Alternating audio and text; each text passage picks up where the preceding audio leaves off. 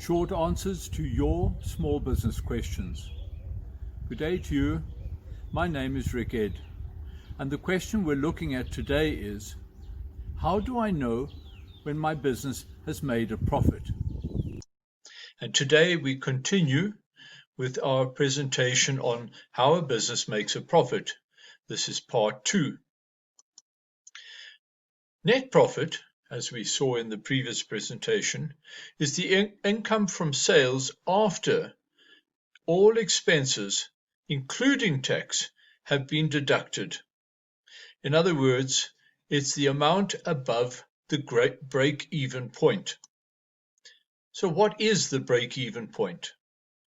In this example, we look at sales growing along the bottom line and measurement in rand along the side. So as we progress along the bottom line, we find that income from sales increases until we reach a point where the costs to produce the income meet, and that is what we refer to as the break-even point. How do we know what the costs are? The costs are made up of the fixed costs and the variable costs that the business incurs in order to make the profit or the product or the service that the business sells. So we see from this chart that at this point, the break-even point, the money coming in from sales equals the money going out from costs. Until that point, all income is in fact incurring a loss for the business. After that point, after the break-even point, we see that the variable costs and the fixed costs are less than the income from sales. In this case, the business is now making a profit. Have a look again. The fixed costs remain the same irrespective of how much we sell. The variable costs change in relation to the income generated from sales.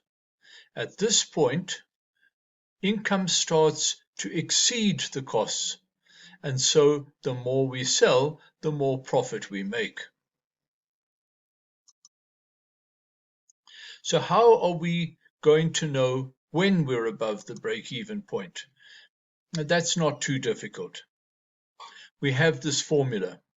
It's a very simple formula, and it can be obtained from DoBetter.Business if you want a copy for yourself. First of all, we look at our income statement and we list the amount of money that we have generated from sales, also known as turnover or revenue. The income statement will also tell us how much we spent on cost of sales. We subtract the cost of sales from the sales or turnover or revenue, and that gives us the gross profit. Then we subtract the money specifically paid to make the product,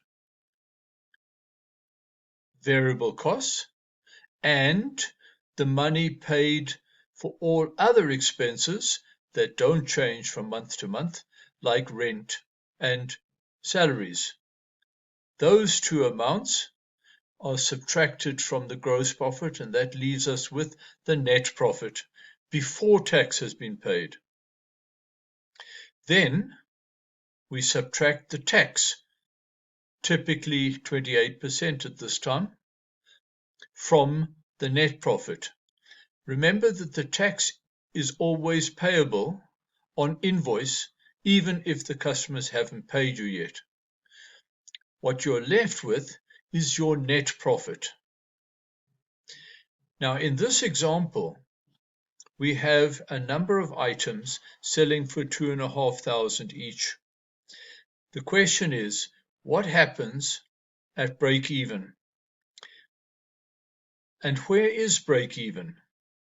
Break even is the point where the sales equal the expenses. In other words, the amount of money coming in from sales is identical to the amount of money going out to pay costs. Let's have a look at what would happen if we change this, the number of items sold. As the situation is, with the items sold being 35 and the selling price for each item being 2,500, the gross profit margin, that is the percentage of turnover, is 80%. The net profit margin, percentage of turnover, is substantially lower at 19%.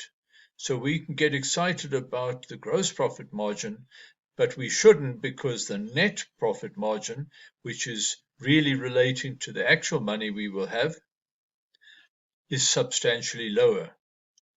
What happens if we change the number of items sold to 50?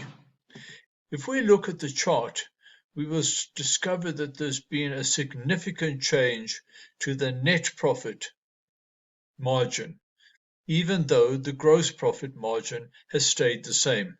Remember, the gross profit margin is driven by cost of sales. So the more we sell, the more the cost of sales goes up. So it is interesting to notice that even though the invoice sales went up, cost of sales also went up. But this time, the net profit after tax was a lot higher than it was when the sales were 35.